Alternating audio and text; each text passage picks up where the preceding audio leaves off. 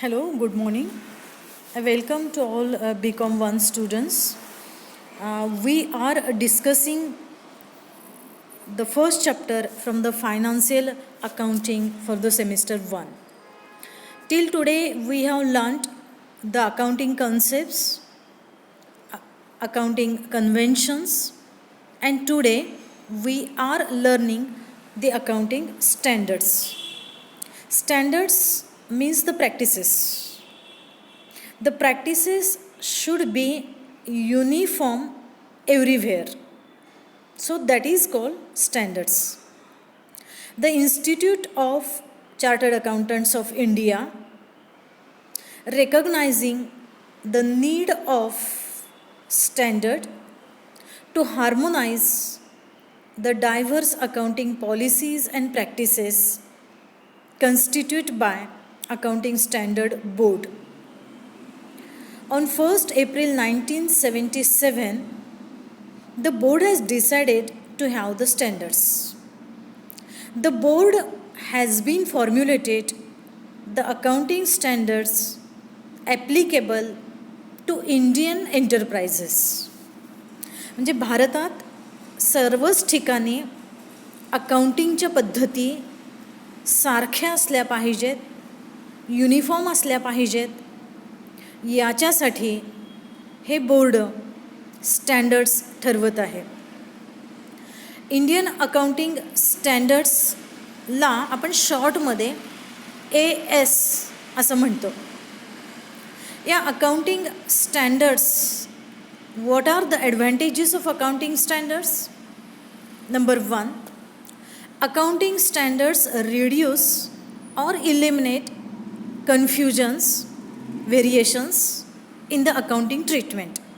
आपण जे अकाउंटिंग करतो त्याच्यामध्ये काही कन्फ्युजन्स असतात, काही वेगवेगळे पण आपल्याला दिसतं, वेगळेपण याच्यामध्ये दिसतं.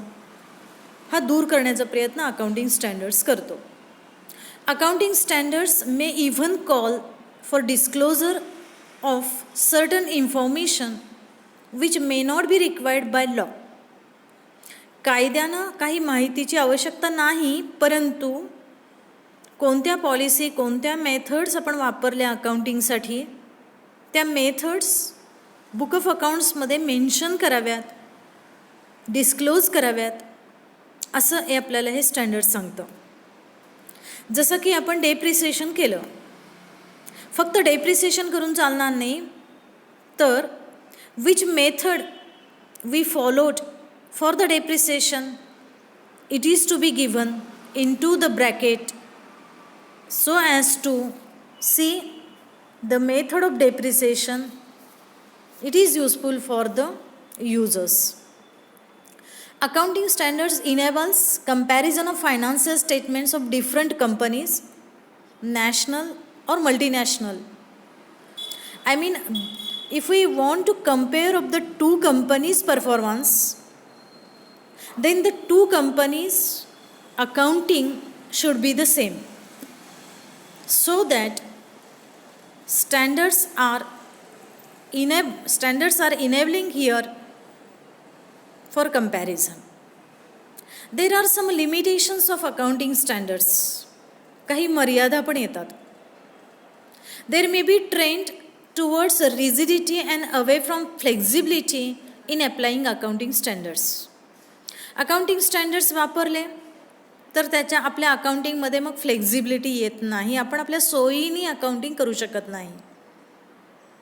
The second, difference in accounting standards across the countries makes it difficult to compare accounting statements of companies situated in different countries.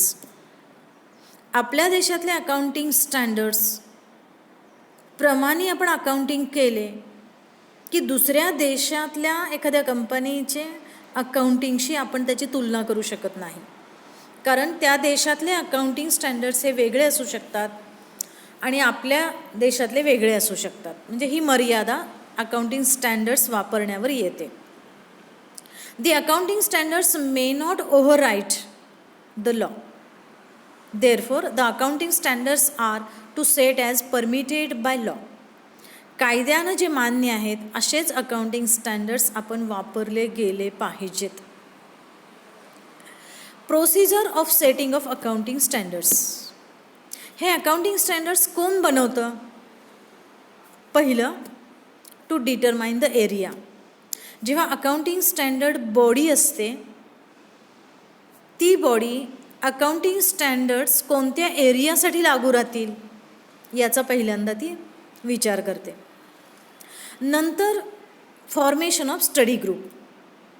नंतर एक ग्रुप बनवला जातो. A study group constituted to assist accounting standard body. हा group काय करतो? Standard बनवणाऱ्या बॉडीला मदत करतो. फॉर्म्युलेशन ऑफ अकाउंटिंग स्टँडर्ड्स बनवायला मदत करतो. The group consist of a members of ICAI and other experts. ह्याच्यामध्ये CA इन्स्टिट्यूटचे काही मेंबर याच्यामध्ये असतात या बॉडीमध्ये. The group prepares primary draft. आधी ते काही ड्राफ्ट तयार करतात आणि मग नंतर चर्चा करून ते फायनल करतात. ड्राफ्ट तयार केल्यानंतर hold dialogue and consider views. काही लोकांची त्याच्यावरती मतं घेतली जातात, काही चर्चा होते. With the representative of the government, public sector undertakings, industries, organisations, अशा काही ठिकाणी ह्या स्टँडर्ड्सवरती चर्चा होते. आणि मग चौथ्या स्टेपमध्ये प्रिपरेशन ऑफ ड्राफ्ट. मग तिथे ड्राफ्ट बनवला जातो. ड्राफ्ट बनवत असताना त्यामध्ये statement of concepts, fundamental accounting principles relating to the standards. कोणत्या स्टँडर्डमध्ये काय प्रिन्सिपल असतील, काय कॉन्सेप्ट आहे हे त्याच्यामध्ये लिहिलं जातं. डेफिनेशन्स ऑफ द टर्म, त्या टर्मची डेफिनेशन देतात.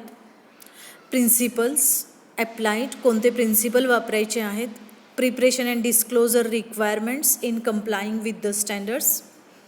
हे स्टँडर्ड पूर्ण करणं किती आवश्यक आहे, कसं डिस्क्लोज करायचं आहे, कुठे डिस्क्लोज करायचं आहे. The class of enterprise to which the standard will apply. कुठल्या बिझनेस एंटरप्राइजला हा स्टँडर्ड उपयोगी पडणार आहे. I mean small, big, large scale, medium scale, MSME, अतिसूक्ष्म, अशा कुठल्या उद्योगांच्यात अकाउंटिंग वर्कसाठी हे स्टँडर्ड्स आहेत. Date from which the standard will be effective. हे स्टँडर्ड कुठल्या तारखेपासून फॉलो करण्यात येणार आहेत, अशी सगळी माहिती या ड्राफ्टमध्ये असतात.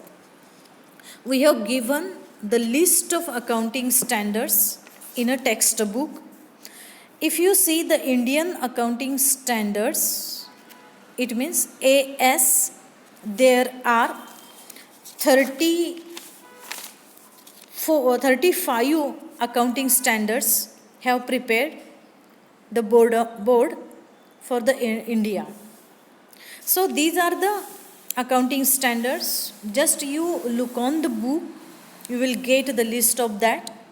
Whenever we are learning the chapters for the work of accounting, there we will cover which standard is suitable there, we will cover there. So these are the accounting standards. This concept or this term is useful for the short notes for the purpose of exam. So you just have a textbook and see the list of accounting standards. Okay, thank you.